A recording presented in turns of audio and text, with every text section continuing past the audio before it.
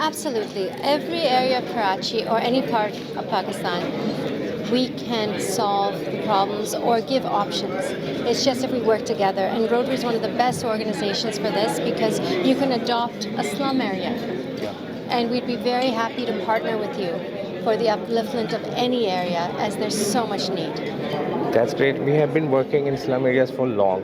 Anytime if you will be requiring our help, we will be there. We can assist you, and we do have a great team with us. We are providing education to underprivileged. If you can arrange computers, we'd like to do e-coding training for girls in slum areas. What about the teachers and We'll trainers? arrange that. We'll arrange that. Okay, for that, then you will be requiring to give us some of your time so that we can make you visit that area. That would be And amazing. Any day, if That ever would be it suits you. amazing. Have been doing so good. Thank you so Thank you very much. much, Tara Uzra Dawood. She has just made a commitment. She will visit slum areas like Orangi Town, Korangi, and Landi, and we will assist her and we will arrange each and everything as per your requirement. We will collaborate, if Allah wills, by working together. As mentioned, my passion is girl education, and since today's topic for you all is education, I feel very blessed to have this opportunity to share a bit about our Educate a Girl program. So Educate a Girl actually began in 2012. We have the annual awards for women, the national awards at LADIESFUND, and that was the year, some of you might remember, that Malla Yousafzai had been shot. And we had 9 months after that shooting, we had searched for Shazia and Kainat, the two girls who were shot alongside her and been forgotten by the world. One 17 and one 15, with missing fingers in the hand, shot in the shoulders. They were girls who were equally harmed by what happened, and yet they'd been completely forgotten. So we actually searched for them in Swat, and we searched for their families, and we brought them for the awards ceremony here in Karachi, which was held in those days at Mohatta Palace Museum.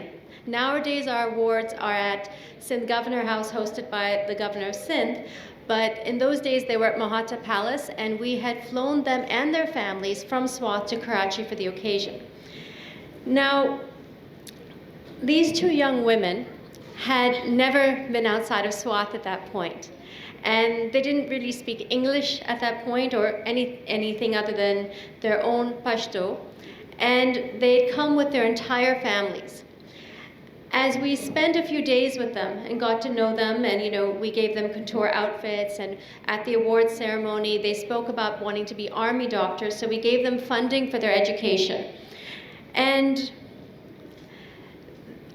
I think that although their lives, they always tell us, changed dramatically that day, because thereafter the President and Prime Minister of Pakistan honored them, gave them funding. Then the UK Prime Minister, Gordon Brown, brought them to the UK and funded their education.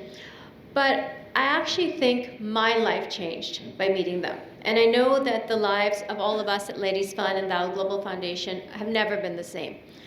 And when we saw these two young women, so ambitious, and the fact that with Malla Yousafzai that someone could go and shoot away their dreams in being and becoming what they want, it was something that really, really disturbed us. And we began the Educate a Girl program.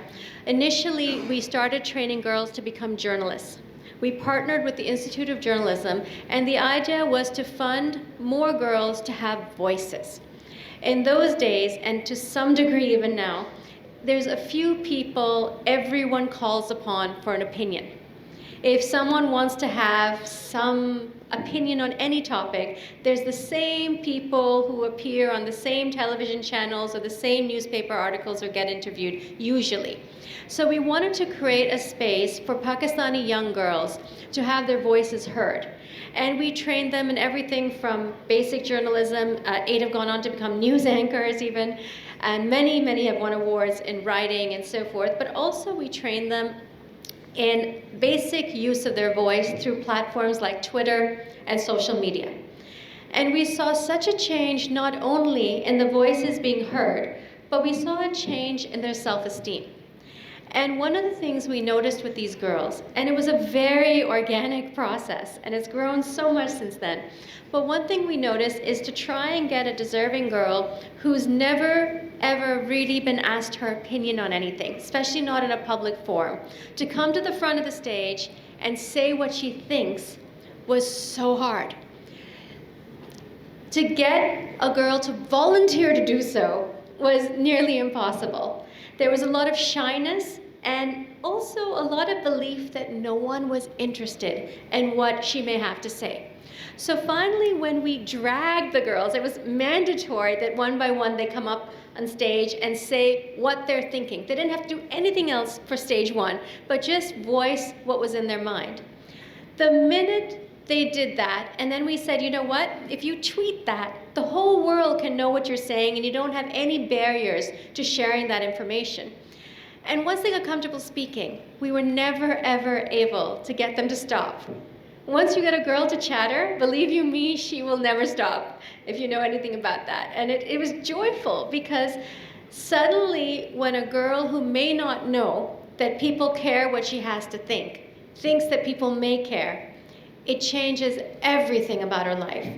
And when we take that back to today's topic, which is education, and our specialty at Educate a Girl, which is girl education, every element of a girl's being is dependent upon her self-esteem, her understanding of her worth, and her ability to know that her voice, her opinion, her dreams matter. And education not only enables that, but enables her to figure out what her dreams are. And that's the most exciting part of the process, because at the start she may not know, but through that exposure, that's when the magic happens. And we never ever tell a girl what to do, what to think, what to learn. But as a girl gets educated, that's the exciting part of the matter. And in Pakistan, you may be surprised to know there's wonderful education at the young levels, particularly government schools. There's DIL, there's TCF, there's amazing foundations that are educating girls. Where we step in an educated girl is from 16 to 24, where the girls drop out of the job market, meaning they drop out of school so they don't enter the job market, so there's a loss to the economy of Pakistan. And there's also a loss in that part of their journey in discovering who they are and what they want to do in that part of the experience. So the focus of Educate a Girl is actually complementary to the most basic education many, many girls, and hopefully as many as possible, get. I also want to share one other thing with you, which was when we've been doing these trainings, and we've done like 5,000 girls here, we've done 1,300 in Nigeria, and we've done all across Pakistan. And now we've moved on from journalism to I guess, financial literacy, sexual harassment rights. We've done trainings on communication skills, on e-commerce, how to make websites, and of course now e-coding. But one of the most interesting experiences is when we do our trainings, we usually have a chief guest at the graduation ceremony. And one time we had the Russian Consul General in Karachi, and I'll never forget what he said. He said, we don't have these conversations in Russia.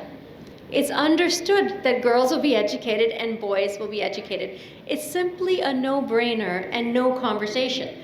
So it really struck home to me that I'm shocked that we're having this conversation. I mean, the laws of Pakistan do not separate boy and girl in this area. Why do we culturally even have to sit and wonder what the girls' rights are towards education? So I've never forgotten, this was now a good 4 or 5 years ago, or maybe, I mean, obviously now with COVID, so much time disappeared, but it really, really was absorbed by me inside that why is Pakistan a country that has this conversation? It should not even be a conversation.